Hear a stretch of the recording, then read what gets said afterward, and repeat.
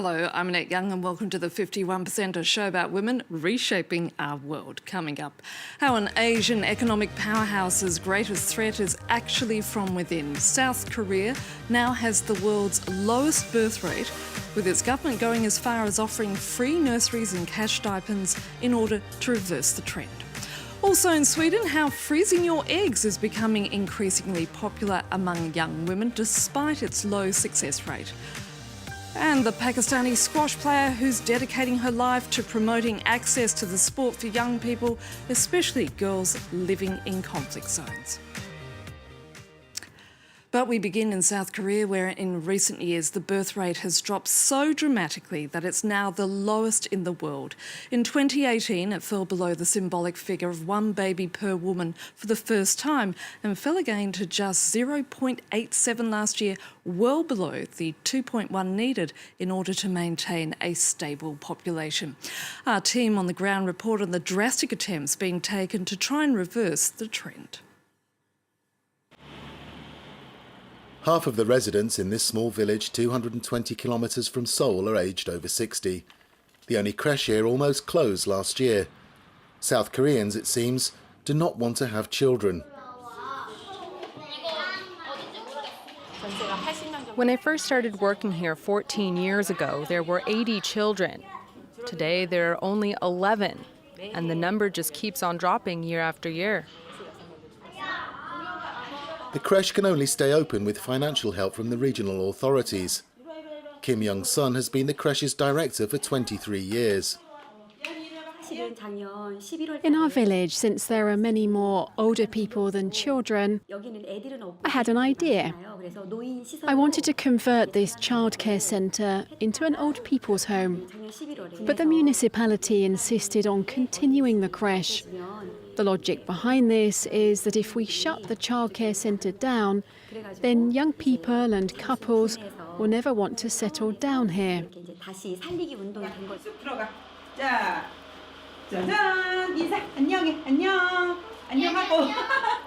The municipal government says the creche will remain open, even for just one child. Kim has had to make the most of leaner financial times. 7 years ago, we had our own driver to take the children back home in a bus. But now that we have, less money, we have to cut corners. So I drive the children home myself. This is a village living on borrowed time. South Korea's birth rate is the lowest in the world at 0.87, the average number of children a woman will have during her lifetime. In an attempt to reverse the trend, advertisements extol the virtues of family life.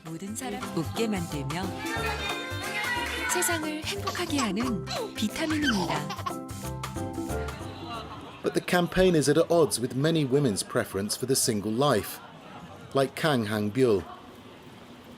The audiovisual production firm employee decided a while ago that she didn't want to marry or have children. In fact, she says she never wants to fall in love. Kang is a member of the Sampo generation, educated women who prioritise their careers and reject the expectations of South Korea's conservative, patriarchal society, although they say they're not anti-men.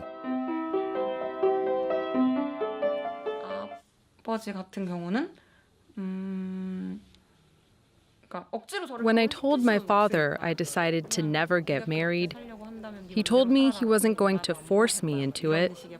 But ever since, he's refused to see me. South Korean society remains very patriarchal. After marriage, women are expected to raise the children and look after them as well as the family home. Our society has a hard time imagining a man also taking part in those tasks, and these are some of the reasons why I chose this life. Her choice angers many South Koreans who still look down on women who don't want to get married. Kang regularly meets like-minded friends to remind herself that she's not alone.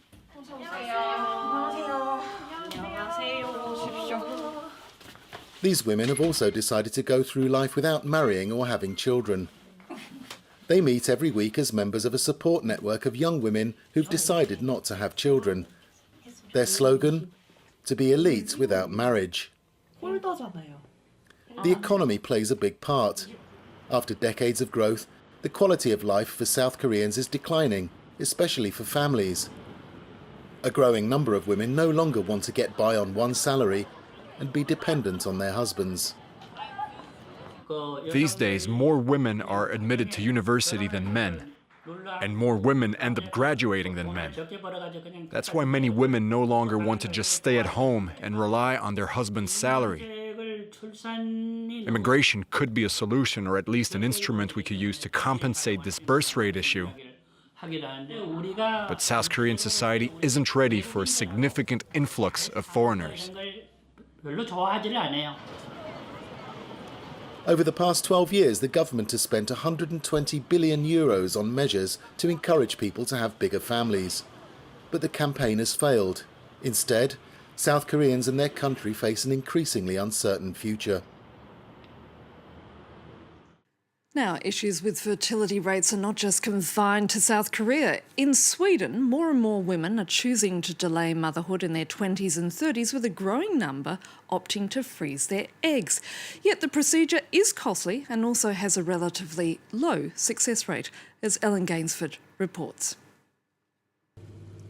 At this Swedish fertility clinic, this is where women's frozen eggs are stored, in liquid nitrogen, in cryogenic chambers. Egg freezing can be costly, but for many women, it's worth it. Even though freezing my eggs is no guarantee that I'll be able to get pregnant in the future, it gives me a sense of control over my own fertility. Egg freezing is a growing trend in Sweden, especially amongst women in their mid to late 30s. It's partly due to new freezing procedures that work very well, and partly due to an increased awareness that getting pregnant becomes harder with age. In egg freezing, age matters. Women who freeze their eggs before the age of 35 have a higher chance of IVF working when they later choose to go through the procedure. Waiting until 40 makes those chances slimmer. But even when these age requirements are met, egg freezing doesn't guarantee future pregnancy. The current birth rate with this method is just over 20%. Despite the current odds against success, the number of women freezing their eggs has surged across the world. I understand that not very many people have the money necessary for this, but my friends have good jobs and the means to spend the €5,000 the procedure costs. It's worth it. In the US, the procedure is now even offered as a perk in employee health plans by companies such as Apple, Google, and Facebook. Critics say the tech giant's policy incentivizes women to work longer, placing job before family, while supporters argue the procedure gives women more freedom over their reproductive choices, allowing them to delay childbirth if they so desire, in order to focus on their careers. And finally, Maria Turpake-Wazir is far from your average squash player. From the age of 4, she cut her hair and dressed like a boy to escape the restrictions and violence suffered by girls in Pakistan. The champion player now divides her life between squash courts and conferences across the world to promote access to the sport for young people, particularly young girls in conflict zones. For Maria, squash is an act of defiance. Playing a sport is forbidden to women in her home in Pakistan. By playing, Maria stood up to the Taliban, escaped death, and found her place in Canada. Wanted a place where I can be myself. I can play with peace of mind. At age 4.5, Maria burns her clothes, cuts her hair, and with her parents' help, she enters a competition dressed as a boy. When her identity is revealed, Maria is threatened to death, but she will keep training for more than 3 years, locked up in her bedroom. I just send emails all over the world, thousands of messages to different clubs, colleges, universities, wherever I heard a squash court. 1, 2, 3. Maria is invited to play in Canada. Here, she will rise to the world's top 50 and will launch her foundation. This year's goal is to bring gyms to girls in conflict areas. This specific project is to build a state-of-the-art facility in her hometown for young women, young girls so that they can play without fear of being persecuted or not being allowed to play. Solid hits, good. To allow for women to write their own history in Pakistani sports, Maria hopes to earn the support of the army. My family moved from area to area because of this war, and we have seen always drugs and guns and stuff. Through my foundation, I want to give kids opportunities to learn and play in peace, I would say. It's a tall order, but for Maria Turpakai, nothing is impossible anymore. And that's it for now. You can also connect with us via our Facebook page, that of course being France24.51%, or do send us a tweet at _51%. So until our next show, bye for now.